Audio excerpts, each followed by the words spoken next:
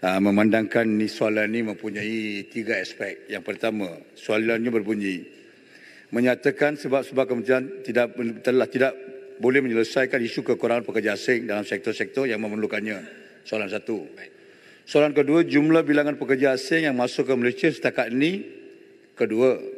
Dan yang ketiga, sila berikan pecahan pekerja ini mengikut sektor masing-masing. Maka ini melibatkan 3 soalan berbeza dan saya perlukan sedikit masa. Tuan Yang di-Pertua, memandangkan isu pekerja asing ini adalah satu isu yang cukup hangat dan adalah satu keperluan asas dalam fasa pemulihan ekonomi yang pertama. Yang kedua, ramai kita lihat, tiada modal lain. Mereka menggunakan isu pekerja asing ini sebagai modal politik dan memutarbelitkan fakta.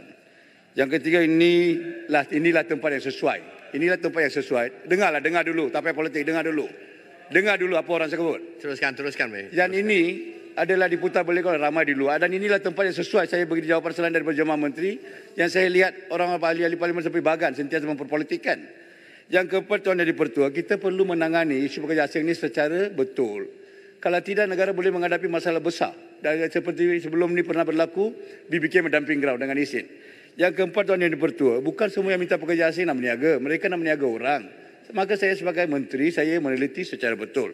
Dan seterusnya untuk menjawab soalan Ipoh Barat, Tuan Yang di-Pertua. Soalan pertama, tidak betul lah apabila Yang Berhormat kata kita tidak dapat selesaikan. Kalau kita lihat keseluruhan, Yang Berhormat pernah menjadi Menteri Semua Manusia.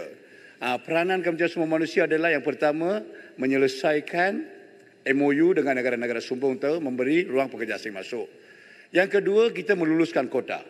Itu adalah peranan Kementerian Semua Manusia. Selepas itu, Yang di-Pertua, dari segi mengeluarkan VDR, biometrik, medical, PLKS, VDR semuanya di bawah bidang kuasa Kementerian Dalam Negeri. Setelah itu ada juga bidang-bidang kuasa daripada duta-duta terkait berkaitan dari segi kelulusan ataupun attestation ataupun pengesahan dibuat oleh negara sumber. Dan akhirnya apabila pekerja asing masuk ke negara kita, kembalilah peranan Kementerian Semua Manusia untuk memastikan mereka diberi perlindungan dari segi Akta 446, dari segi kedudukan rumah dan sebagainya. Maka ini adalah keseluruhan.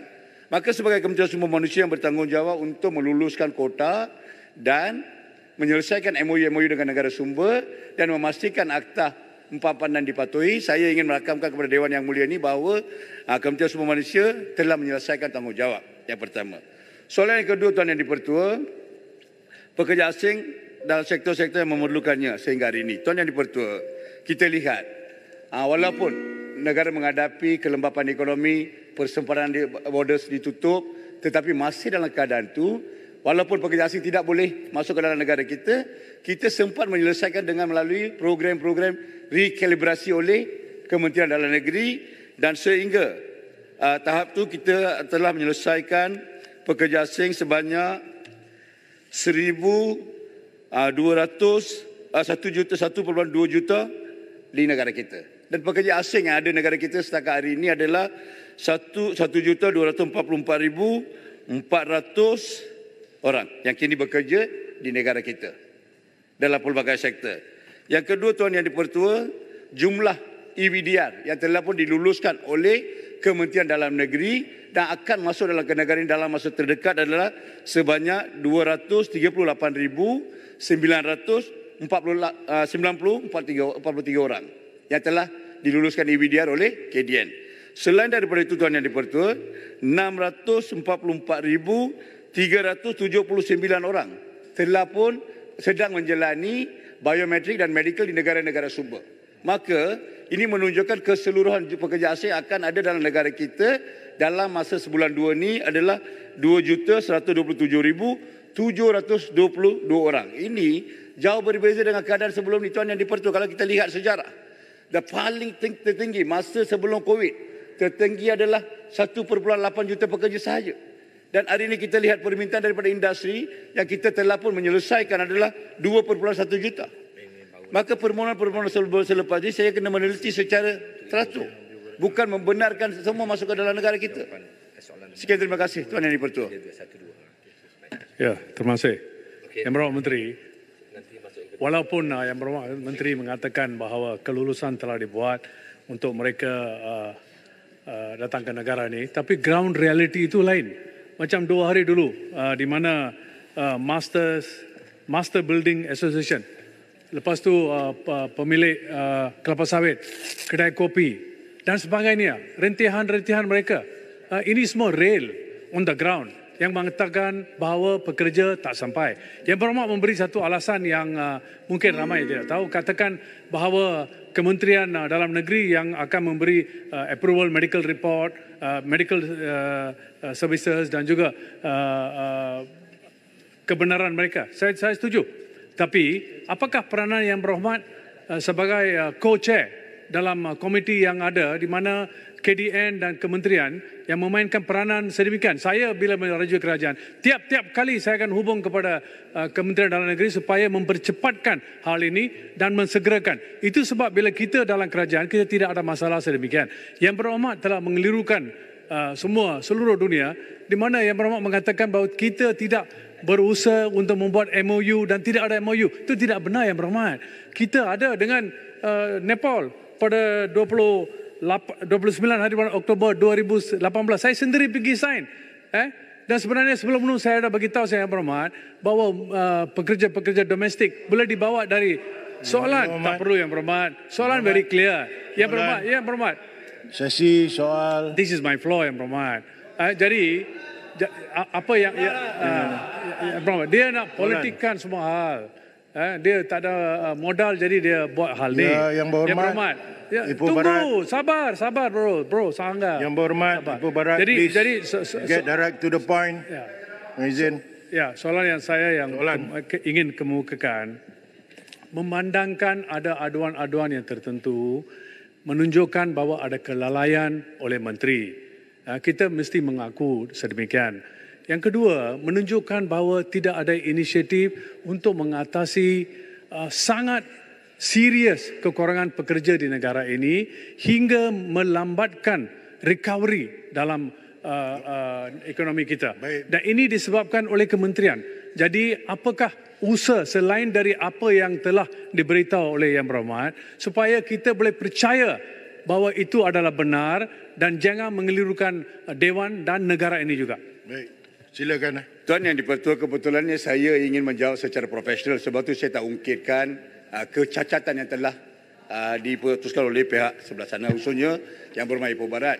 Tuan Yang di-Pertua, memandangkan Yang Berhormat cuba memutabelitkan Dewan Yang Mulia ini, saya ingin memaklumkan Dewan Yang Mulia ini, kebanyakan apabila kita sebut je Tuan Yang di-Pertua pekerja asing di negara kita, satu dunia tahu.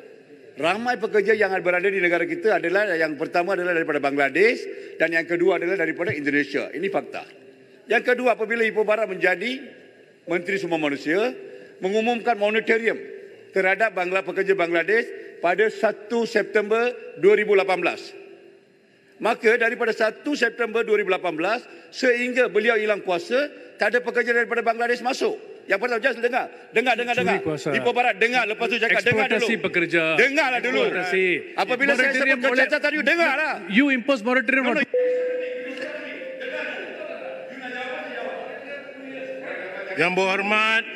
Yang Berhormat, ini floor menteri menjawab. Please. Menteri kena cool lah, Menteri kena cool. Saya ingin merakamkan Dewan Yang Mulia ini. 1 September 2018, Yang Berhormat Ipoh Barat mengamalkan moratorium terhadap pekerja Bangladesh. Maka daripada 1 September 2018 sehingga beliau hilang kuasa, tak ada pekerja Bangladesh masuk dalam negara ini. Apabila tukar pucuk pimpinan kerajaan, apabila kami mengambil alih, immediately COVID-19. Maka tiada pekerja asing. Maka sebab kecacatan ataupun tindakan diambil oleh Ipoh Barat, hampir 3 tahun kita tak ada pekerja asing daripada Bangladesh masuk ke negara kita. Dan semua dengar. 2 tahun you are responsible for 2 years. Dengar dulu baru respon. Dengar dulu. Why you jumping sebab you salah? Tak dengar dulu lah. Ipoh Barat sudah lama dalam Dewan, belajarlah peraturan. Okey? Tuan Yang di-Pertua, apabila saya jadi Menteri Sumber Manusia, immediately kita menghadapi COVID-19 dan persempadan ditutup. Yang Berhormat Menteri Kesihatan buka sempadan Kuala Lumpur pada 1 April 2022. Maka daripada 1 September 2018 sehingga 1 April 2022 tak ada pekerja asing daripada Bangladesh masuk ke dalam negara kita. Ini adalah fakta. Satu dunia tahu. Dan saya telah memutamatkan perjanjian di MOU di antara Bangladesh yang gagal oleh Ipoh Barat pada 2 yang dibuat Jun, oleh kita. Yang berbuat perkisan, jangan tipu lah. Dulu satu paku pun tak nak cabut. Ipoh Barat, please. Okey. Dengan saya muktamadkan perjanjian di antara Bangladesh dengan Kuala Lumpur yang terakhir pada 2 Jun. Maka pekerja asing daripada Bangladesh hanya boleh masuk selepas 2 Jun sehingga ini hanya 3 bulan yang pertama. Dalam 3 bulan itu Yang di-Pertua, ada 6 flight daripada Bangladesh ke Malaysia dan 9 flight daripada Malaysia ke Bangladesh. Berapa ramai boleh masuk? Cuba fikir. Begitu juga pekerja asing daripada Indonesia mula masuk apabila saya muktamadkan MOU pada bulan Julai. Semua ini berlaku sebab kecacatan Ipoh Barat sebagai menteri Special gagal. approval. Yang Orang berhubung yang bagi pun special approval. Bangladesh 10,000 orang. Dari Sri Lanka 10,000 orang. Semua ini special approval kan? Itu unsur tambahan kementerian sebab kegagalan Ipoh Barat mencacatkan. Satu 2 tahun dunia moratorium. Tuan Yang di-Pertua, saya cabar Ipoh Barat. Cuba tanya kedai-kedai makanan. Apabila mereka berjumpa dengan beliau terus menghalalkan mereka, mengetam mereka jangan bagi pekerja asing. Cuba tanya tadi yang berhormat bangkit ke restoran-restoran Kuala Lumpur. Cuba tanya restoran-restoran di satu Malaysia. Apa peranan yang berhormat? Terima kasih Tuan Yang di-Pertua. Yang jawab jangan Yang marah Menteri. Duduk. Duduk yang berhormat, please. Menteri panas ya, timbalan dia senyum ya. Kita silakan. Selalu timbalan panas. Soalan tambahan, Yang berhormat, Jempol. Okey, terima kasih.